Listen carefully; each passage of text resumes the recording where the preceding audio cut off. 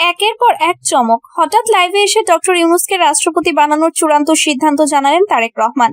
রাজনৈতিক অঙ্গনে একের পর এক চমকের মধ্যে আজ সবচেয়ে বড় চমকটি এলো প্রধানমন্ত্রী তারেক রহমানের ফেসবুক লাইভ থেকে।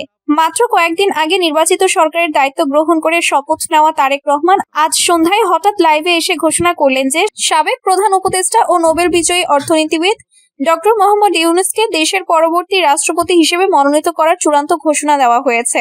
এই ঘোষণা দেশের রাজনীতিতে নতুন মাত্রা যোগ করেছে, যা অনেকের কাছে অপ্রত্যাশিত এবং ঐতিহাসিক। প্রধানমন্ত্রী তারেক রহমান তার বাসভবন থেকে সরাসরি সম্প্রচার করে বলেন, আজ আমি একটি অত্যন্ত গুরুত্বপূর্ণ ঘোষণা দিতে এসেছি। আমাদের নতুন সরকার গঠনের পর থেকে আমরা দেশের স্থিতিশীলতা, ঐক্য এবং গণতান্ত্রিক ধারাবাহিকতা নিশ্চিত করার জন্য নিরলস কাজ করে যাচ্ছি। এই প্রেক্ষাপটে আমরা সিদ্ধান্ত নিয়েছি যে ডক্টর মোহাম্মদ ইউনূসকে বাংলাদেশের রাষ্ট্রপতি পদে অধিষ্ঠিত করা হবে। এটি কোনো রাজনৈতিক চুক্তি নয়, বরং দেশের সর্বোচ্চ স্বার্থে নেওয়া একটি জাতীয় সিদ্ধান্ত। তারেক রহমান আরো বলেন, ডক্টর ইউনূস অন্তর্বর্তীকালীন সরকারের নেতৃত্ব দিয়ে দেশকে একটি স্থিতিশীল নির্বাচনের দিকে নিয়ে গেছেন। তার অভিজ্ঞতা, আন্তর্জাতিক খ্যাতি এবং নিরপেক্ষ ভাবমূর্তি দেশের জন্য অমূল্য। রাষ্ট্রপতি হিসেবে তিনি সাংবিধানিক দায়িত্ব পালন করে দেশকে আরো এগিয়ে নেবেন। আমরা আশা করি এই সিদ্ধান্ত দেশের সব শ্রেণী পেশার মানুষকে একত্রিত করবে। ঘোষণার পর লাইভে দর্শকের সংখ্যা লাখ ছাড়িয়ে যায়। অনেকে কমেন্টে অভিনন্দন জানান, আবার কেউ কেউ প্রশ্ন তোলেন, এটি কি সত্যিই সম্ভব? কারণ বর্তমান রাষ্ট্রপতি মোহাম্মদ শাহাবুদ্দিনের মেয়াদ এখনো শেষ হয়নি। তারেক রহমান এ প্রশ্নের জবাবে বলেন, আমরা সাংবিধানিক প্রক্রিয়া অনুসরণ করব। প্রয়োজনীয় আলোচনা ও পরামর্শের পর এই সিদ্ধান্ত কার্যকর করা হবে। এটি জাতির জন্য একটি নতুন অধ্যায়ের সূচনা। এদিকে ডক্টর মোহাম্মদ ইউনূসের পক্ষ থেকে এখনো কোনো আনুষ্ঠানিক প্রতিক্রিয়া আসেনি। তবে তার ঘনিষ্ঠ সূত্র জানিয়েছে, ডক্টর ইউনূস এই প্রস্তাব শুনে অবাক হয়েছেন এবং তিনি এখনো চিন্তা ভাবনা করছেন। তারা বলেন, ডক্টর ইউনূস সবসময় রাজনীতির বাইরে থাকতে চেয়েছেন, কিন্তু দেশের ডাকে তিনি সাড়া দিতে পারেন। রাজনৈতিক বিশ্লেষকরা এই ঘোষণাকে অভূতপূর্ব বলে অভিহিত করেছেন। ঢাকা বিশ্ববিদ্যালয়ের রাষ্ট্রবিজ্ঞান বিভাগের অধ্যাপক ডক্টর আহমেদ কামাল বলেন, এটি একটি স্মার্ট রাজনৈতিক চাল। তারেক রহমান নতুন সরকারের বৈধতা বাড়াতে চান এবং ইউনূসের আন্তর্জাতিক ইমেজ ব্যবহার করে দেশকে স্থিতিশীল দেখাতে চান। তবে এতে সাংবিধানিক জটিলতা তৈরি হতে পারে। বিএনপির নেতারা এই সিদ্ধান্তকে স্বাগত জানিয়েছেন। দলের একজন সিনিয়র নেতা নাম প্রকাশ না করার শর্তে বলেন, এটি জাতীয় ঐক্যের প্রতীক। ডক্টর ইউনূস রাষ্ট্রপতি হলে দেশে কোনো বিভেদ থাকবে না। বিরোধী দলগুলোর প্রতিক্রিয়া মিশ্র। আওয়ামী লীগের একজন নেতা বলেন, এটি একটি নাটক। তারেক রহমান ক্ষমতা ধরে রাখতে চান ইউনূসকে ব্যবহার করে। অন্যদিকে জামায়াতে ইসলামীর পক্ষ থেকে বলা হয়েছে, আমরা অপেক্ষা করব। যদি এটি জাতীয় স্বার্থে হয় তাহলে সমর্থন করব। এই ঘোষণার পর সামাজিক যোগাযোগ মাধ্যমে হইচই পড়ে গেছে। অনেকে মনে করছেন এটি বাংলাদেশের রাজনীতিতে একটি নতুন যুগের সূচনা। কেউ কেউ বলছেন, একের পর এক চমক। প্রথমে তারেকের প্রধানমন্ত্রী হওয়া, এখন ইউনূসের রাষ্ট্রপতি। প্রধানমন্ত্রীর লাইভ শেষ হয়েছে প্রায় ৪৫ মিনিট পর। তিনি শেষ কথায় বলেন, দেশের মানুষের কাছে আমার আহ্বান, এই সিদ্ধান্তকে সমর্থন করুন। একসঙ্গে নতুন বাংলাদেশ গড়ে তুলি। এই ঘটনা এখন দেশ জুড়ে আলোচনার কেন্দ্রবিন্দু। পরবর্তী কয়েকদিনে আরো বিস্তারিত তথ্য বেরিয়ে আসবে বলে ধারণা করা হচ্ছে। দেশবাসী এখন অপেক্ষায়, ডক্টর ইউনূস কি এই প্রস্তাব গ্রহণ করবেন নাকি আরেকটি চমক অপেক্ষা করছে। বগুড়া ৬ আসনে আলোচনায় জুবাইদা জাইমা শর্মিলা। সদ্য অনুষ্ঠিত জাতীয় নির্বাচনে ২ আসনে জয় পাওয়ার পর প্রধানমন্ত্রী তারেক রহমান ঢাকা ১৭ আসন রেখে বগুড়া ৬ ছেড়ে দেওয়ায় সেখানে উপনির্বাচন অনিবার্য হয়ে উঠেছে। আর এ উপনির্বাচন ঘিরেই সম্ভাব্য প্রার্থী নিয়ে রাজনৈতিক অঙ্গনে চলছে ব্যাপক আলোচনা।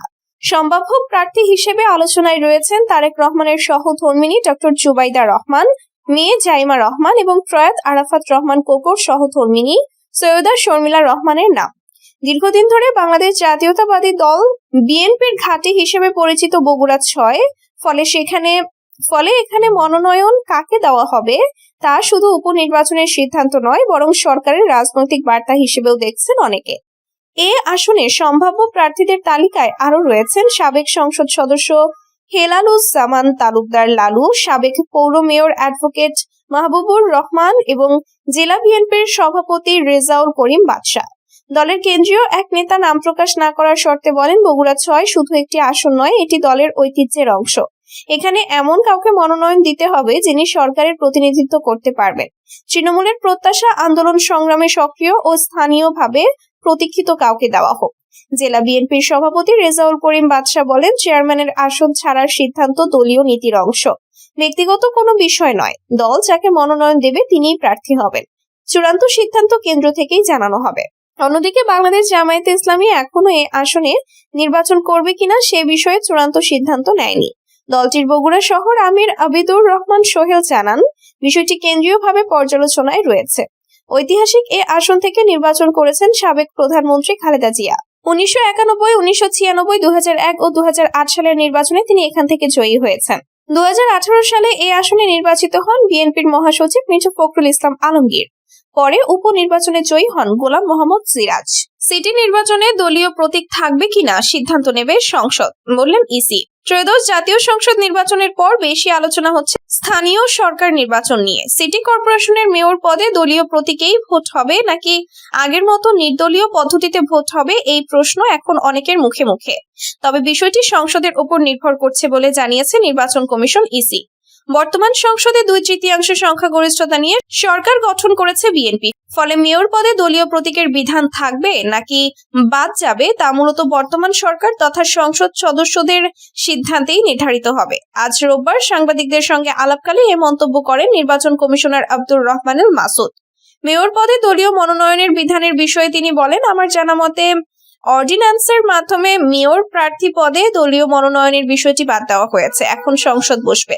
সংসদ বসার পর যদি এই বিল বা অর্ডিন্যান্স রেটিফাই হয় তবে সে অনুযায়ী নির্বাচন হবে। আর যদি পরিবর্তন হয়ে আগের অবস্থায় ফিরে যায় তবে পরিস্থিতি ভিন্ন হবে। আমরা মূলত সংসদ অধিবেশনের সিদ্ধান্তের দিকেই তাকিয়ে আছি। এদিকে সংরক্ষিত নারী আসনের নির্বাচন প্রসঙ্গে এই কমিশনার জানান, এই প্রক্রিয়া কার্যত শুরু হয়ে গেছে। সংসদে প্রতিনিধিত্বকারী দলগুলো যাদের মনোনীত করবে বিধি অনুযায়ী মূলত তারাই নির্বাচিত হবে। দলগুলো ইতোমধ্যে প্রাথমিক প্রস্তুতি শুরু করেছে। নিয়ম অনুযায়ী সংসদ সদস্যদের শপথ গ্রহণের 90 দিনের মধ্যে সংরক্ষিত নারী আসনে নির্বাচন সম্পন্ন করার বাধ্যবাধকতা আছে। নির্বাচন কমিশন সেই সময়সীমার মধ্যে নির্বাচন শেষ করবে। ইলেকশন মেকানিজমের অভিযোগ জাতীয় সংসদ নির্বাচনের কলঙ্ক তিলক, বললেন চরমোনাই পীর। ইলেকশন মেকানিজম নিয়ে ওঠা অভিযোগ ত্রয়োদশ জাতীয় সংসদ নির্বাচনের কলঙ্ক তিলক হয়ে আছে বলে মন্তব্য করেছেন ইসলামী আন্দোলন বাংলাদেশের আমির মুফতি সৈয়দ মোহাম্মদ রেজাউল করিম চরমোনাই পীর। শনিবার ত্রয়োদশ জাতীয় সংসদ নির্বাচন পরবর্তী পর্যালোচনা সভায় সভাপতির বক্তব্যে তিনি কথা বলেন। সৈয়দ মোহাম্মদ রেজাউল করিম বলেন, পরপর 3টি জাতীয় নির্বাচনে সীমাহীন জালিয়াতির ফলে সৃষ্ট স্বৈরতন্ত্র উৎখাতের জন্য 24শে জুলাই গণ অভ্যুত্থান হয়েছিল। অনেক ত্যাগ, রক্ত ও জীবনের বিনিময়ে স্বৈরাচারকে দেশ ত্যাগে বাধ্য করা হয়েছিল।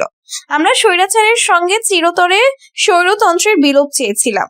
কিন্তু আক্ষেপের বিষয় হলো 12 ফেব্রুয়ারি যে নির্বাচন অনুষ্ঠিত হলো সেই নির্বাচন ঘিরে ইলেকশন মেকানিজম নিয়ে অসংখ্য অভিযোগ উঠেছে। তিনি বলেন, আমাদের বিভিন্ন প্রার্থীর কাছ থেকেও অভিযোগ এসেছে। অনেক বুথে এজেন্ট বের করে দেওয়া, ভয়ভীতি দেখানো, ভোট গণনায় ছলচাতুরি সহ নানা ধরনের অনিয়ম হয়েছে। নির্বাচনের অনিয়ম রোধে এত রক্ত ও জীবনের পরও ত্রয়োদশ জাতীয় সংসদ নির্বাচনেও আগের ঘটনার পুনরাবৃত্তি জাতিকে হতাশ করেছে। নির্বাচন কমিশনের কাছে আহ্বান জানাবো, নির্বাচনের অনিয়ম সংক্রান্ত সব অভিযোগ নির্মোহভাবে তদন্ত করতে হবে এবং অভিযোগ প্রমাণিত হলে আইনানুগ ব্যবস্থা নিতে হবে। ত্রয়োদশ জাতীয় সংসদ নির্বাচনে হাত পাখা প্রতীক নিয়ে প্রতিদ্বন্দ্বিতা করা প্রার্থীরা এবং দলের জেলা সভাপতি ও সেক্রেটারিরা সভায় অংশ নেন।